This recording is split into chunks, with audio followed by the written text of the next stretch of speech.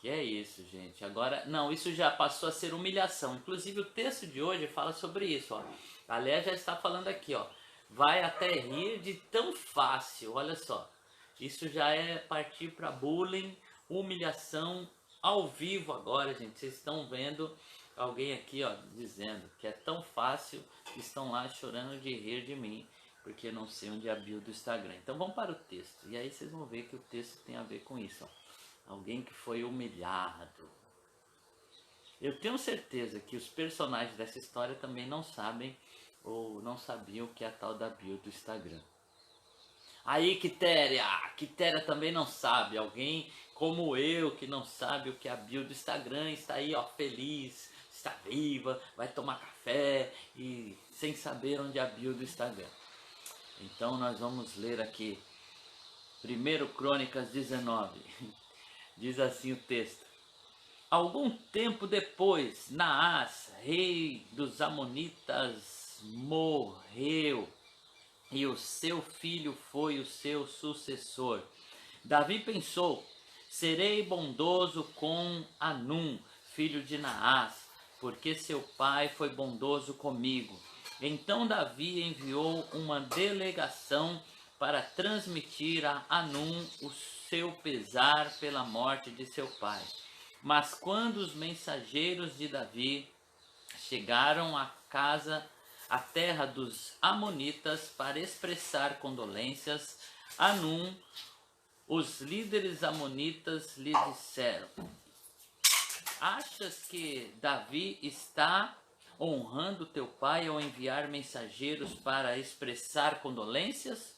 Não é nada disso. Davi enviou como espiões para examinar o país e destruí-lo. Então Anum prendeu os mensageiros de Davi, rapou-lhes a barba, cortou metade das suas roupas até as nádegas e os mandou embora. Quando Davi soube disso, enviou mensageiros ao encontro deles, pois haviam sido profundamente humilhados. Profundamente humilhados, vocês estão entendendo, né? Profundamente humilhados, e lhes mandou dizer: fiquem em Jericó até que a barba cresça, então voltem para casa. Esses homens foram humilhados, não tão profundamente igual esse que vos fala e não sabia onde é a bio do Instagram, mas eles também foram humilhados, foram expostos, passaram por um tempo, né, difícil. A paz, meu querido pastor Paulo, que Deus te abençoe. Então, esses homens, após este trauma, né? Imagine, eles diante de uma cidade, de um povo estranho, raparam-lhe a barba. Imagine os insultos que falaram para esses homens. Quem sabe os ameaçaram, né, até de morte, chamando eles de espiões. Aqueles homens que foram ali para prestar condolências, para honrar aquele rei, e agora estão sendo tratados desta forma. Eles ainda rasgaram as vestes deles, né, cortou até descobrir, né, as suas nádegas, e aí mandou eles embora. Imagina esses homens passando pela cidade, saindo, indo embora, as pessoas rindo deles, né, assim como riram de mim agora há pouco, e eles rindo, né? E esses homens passando, indo embora, cabisbaixo, vindo pelo caminho, na viagem. E agora você fica com dó, né, Elis? Agora sim, agora a dó vem. E esses homens passaram por uma experiência difícil, eles estão chegando, eles estão voltando para casa, eles iriam entrar agora na sua terra, na sua cidade, com aquela exposição, né, com a barba raspada, que é uma vergonha, né, para um judeu, que tem toda uma tradição a respeito da barba, né, aquilo para eles é honroso ter a barba, e retirar é sinal de humilhação. A pessoa, né, o judeu, ele rapava a barba quando queria demonstrar realmente um grande pesar, uma dor, né, uma tristeza, um luto. E aí Davi manda os mensageiros ao encontro dizendo assim: não os deixe entrar na cidade. Mande eles para uma outra cidade. Lá eles serão cuidados até que a barba cresça, ou até que se restabeleça, né? A barba crescer era a demonstração de que aquela vergonha tinha passado, porque se eles chegassem, né, sem a barba, seria humilhante para eles. Então Davi entendeu, né, que eles precisavam de um tempo, precisavam ser recompostos. E às vezes nós achamos que somos super, né? Que a gente pode passar qualquer situação. Às vezes nós não respeitamos o nosso tempo e queremos fazer as coisas, né, fora de tempo. Tem pessoas que passam, por exemplo, nesse momento por um luto e aí eles querem retomar a vida como se nada tivesse acontecido. Eu conheço a história, né, de um pastor que ele perdeu a esposa e no mesmo dia, né, que ele enterrou a esposa, ele subiu para pregar. Não que a pessoa não possa fazer isso, queridos, porque há uma necessidade e precisa romper e precisa estar retomando as coisas. Tem momentos que nós realmente precisamos fazer, mas aquele momento era o seu momento de chorar o seu luto, mas a pessoa pensou, não, eu não vou parar. E depois ele passou por um problema sério, né? Ele veio adoecer porque ele não respeitou aquele tempo, um tempo que era para chorar, um tempo que era para ele se curar. E às vezes nós passamos também outros sentimentos, né, como a raiva, a decepção, uma traição, e nós queremos seguir a vida como se nada aconteceu, né? Ou mesmo um divórcio. Eu não digo que você não possa, por exemplo, eu preciso trabalhar, então eu vou deixar o meu trabalho, eu preciso fazer uma outra coisa. Às vezes essa atividade, né, de fazer vai até ajudar na cura, né? Se envolver em algo, né, realmente colocar a cabeça para pensar, se distrair com alguma coisa, muitas vezes vai ajudar no processo. O que não podemos é ignorar ou achar que somos super e que não precisamos do tempo. Não quer dizer que você precisa parar tudo, né, ir para um lugar, se isolar, não é disso que eu estou falando. Eu estou falando de você entender o sentimento e o tempo que leva para refazer isso. Né? Não podemos parar a vida. Continuamos com nossas responsabilidades, com os nossos afazeres, mas eu preciso ter consciência de que houve uma situação, que essa situação mexeu comigo, mexeu com meus sentimentos, e aí eu preciso deixar a barba crescer. Um tempo atrás, quando nós lemos essa passagem, né, eu e a Juliana adotamos esse termo, né, e quando eu falo para ela, preciso deixar a barba crescer, ela já entende que preciso de um tempo, né, a gente precisa de um tempo para se refazer. Às vezes antes de uma conversa a gente precisa ter um tempo, precisamos pôr as coisas no lugar. Foi isso que Deus disse, né, para Caim. Deus chamou Caim e falou assim, Caim, o seu semblante está transtornado. Caim, você deve tomar cuidado, porque o pecado está aí à porta, né? E Deus falou assim, se você se acertar, Caim, você vai sair bem, senão o pecado vai dominá-lo, esse sentimento vai dominá-lo. Você precisa pensar sobre isso, refletir sobre isso, né? E precisa realmente tomar as devidas medidas para que você seja curado disso. Então, alguns sentimentos nós vamos precisar pensar sobre eles, tratá-lo e seguir adiante, não simplesmente ignorar.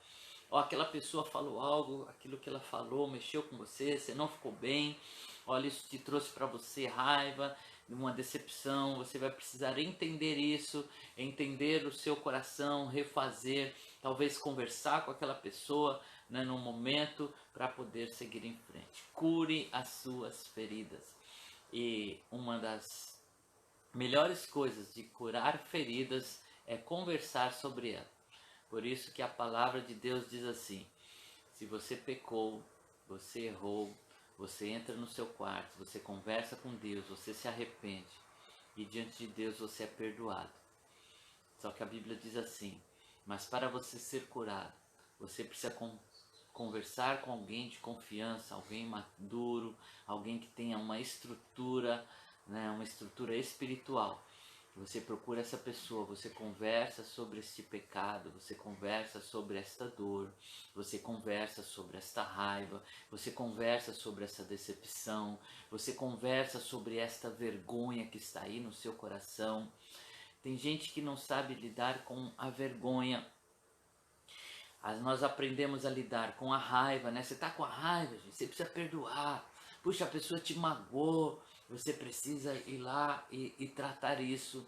Nós sabemos lidar com a tristeza. Olha, eu fiquei triste com essa situação, o que eu vou fazer? Eu vou chorar, eu estou triste com isso, não é isso que a Bíblia diz? Aquele que está triste precisa chorar, o que está alegre precisa cantar. Mas como tratar a vergonha? Às vezes a gente acha que vergonha não precisa ser tratada. Puxa, eu passei uma vergonha como esses homens passaram. Eu simplesmente vou deixar isso de lado. Não. Você precisa falar sobre essa vergonha, sobre esse sentimento de vergonha.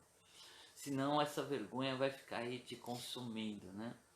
Você precisa encarar ela. Então a vergonha também precisa ser tratada, precisa ser curada, né? Precisa ser colocada diante, né, de alguém que vai te ajudar a retomar. Espere a barba crescer. Essa é a palavra de Deus para esta manhã. Cuide desta dor, cuide desta ferida. Vamos nos tratar. Amém? Vamos orar nesta manhã. Querido Deus, em nome de Jesus, Pai, nós estamos aqui respeitando, Senhor, as limitações que o Senhor nos deu. O Senhor deu limite para o mar, para que ele não passasse a praia. E a sua palavra diz que o mar assim o faz. Ele chega até a praia e ele volta ao seu lugar. Algumas vezes, Senhor, em determinada situação, o Senhor permite que o mar avance e quanta destruição vem porque esse limite foi rompido. Nós vemos o estrago que um tsunami faz quando ele adentra na cidade, um lugar que não deveria ter água, e a situação se transforma em caos, em dor. E assim também é quando nós rompemos os nossos limites, quando nós não respeitamos o nosso limite, quando nós deixamos de dormir, e logo o nosso corpo adoece, a nossa mente adoece, quando nós abrimos mão do descanso, quando nós abrimos mão de um tempo de nos refazermos. Romper com esse limite, Senhor, nos causa dor, nos faz adoecer, nos causa prejuízo. Mas nós pedimos a Ti que nos ensine a respeitar o nosso limite, entender como estamos, ter pessoas para conversarmos, para abrirmos o coração, para falarmos dos sentimentos, falarmos da dor, falarmos da vergonha, que raramente tratamos da vergonha justamente por termos vergonha de falar sobre isso, um assunto que nos fez sentir mal, que fez o nosso rosto ficar vermelho, que fez esse sentimento, né, vir ao nosso coração. Mas, Senhor, estamos aqui aprendendo com a Tua palavra que precisamos deixar a barba crescer, precisamos cuidar desta vergonha, tratar esta vergonha, para que possamos conseguir seguir avante, Pai. Em nome de Jesus, nos ajude a viver o nosso luto, nos ajude, Pai, a passarmos por uma situação em que perdemos a paciência, ficamos nervosos, fazer, Senhor, esse conselho que parece bobo, mas contar até 10, ou seja, dar um tempo, refletir sobre isso. Oh Deus, nos ensina a ter o tempo que precisamos para a nossa alimentação, o tempo que precisamos para a oração, o tempo que precisamos, Senhor, para meditar na Sua palavra. Ensina-nos a administrar o tempo, Senhor, as estações do tempo. Em nome de Jesus nós oramos, Pai. Pai. Dai-nos um dia na tua presença, um dia conduzido por ti, em nome de Jesus. Amém. Glória a Deus. Falando em respeitar tempo, quando eu comecei a trabalhar, né, jovem, e eu achava que eu não precisava de férias, né? Então eu vendia as minhas férias naquela época, né? Você vendia as férias e eu fiquei aí, acho que foi uns 2, 3, 4 anos sem tirar férias. Gente, chegou uma época, eu trabalhava na bolsa nessa época, né? Trabalhava ali no pregão, no meio daquela gritaria, e o que acontecia, gente? Eu lembro que eu deitava na cama e eu ouvia perfeitamente, né, os gritos ali daquele ambiente de trabalho, né? Eu compro, eu vendo, fechado. Eu conseguia discernir as vozes dos meus amigos, eu fechado assim, aquilo ficava na minha mente. O que eu precisava? Eu precisava de descanso, eu precisava de férias. As férias, elas foram instituídas, né, quando o homem entendeu que precisava disso. É lei, né, o descanso. Mas antes que o homem entendesse isso, Deus já tinha falado. Deus criou o sábado, né, um momento de descanso. Nós precisamos parar, né, um dia na nossa semana, um dia para nós, para nos recompor, para nos refazer, para descansar. Que Deus te dê esse tempo de descanso, esse tempo de cura, em nome do Senhor Jesus. Inclusive, que tempo é esse, né, que Deus nos deu? E que para onde você olha as pessoas dizem: fica em casa, fica em casa, fica em casa. A gente não aguenta mais ficar em casa. Mas nós estamos tendo aí praticamente um ano sabático, né? Um ano de descanso, um ano de refazer as coisas. Tem gente que não consegue entender e aproveitar esse tempo, mas esse tempo vai passar, né? Nós tivemos um tempo na nossa vida, né? Desculpa eu estender um pouco, é que isso me veio à mente agora, em que nós paramos tudo, paramos com o ministério, não que nós que decidimos parar, né? Foi mudando a liderança e quando a gente viu a gente estava sem nenhum ministério, nós estávamos parados, tudo aquilo que nós fazemos ministerialmente, né, foi tirado e nós começamos nós compramos, né, foi quando eu comprei a moto e a gente começou a ter tempo. E a gente viajava, né? Quase todo final de semana a gente ia para um lugar, a gente estava em um lugar e uma amiga nossa, né? A Raquel, né? Que é do nosso núcleo na Praia Grande, ela falou assim: aproveita esse tempo, curta esse tempo, porque vai chegar a hora que você vai ter saudade dele. E realmente, né? Nós fomos enviados logo em seguida a pastorear a igreja do Taboão. E aí nós entendemos, ainda bem que a gente ouviu a Raquel e aproveitamos aquele tempo. Aproveite o seu tempo, aproveite cada momento da sua vida, ele é precioso, ele é preparado por Deus. Deus te abençoe em nome de Jesus.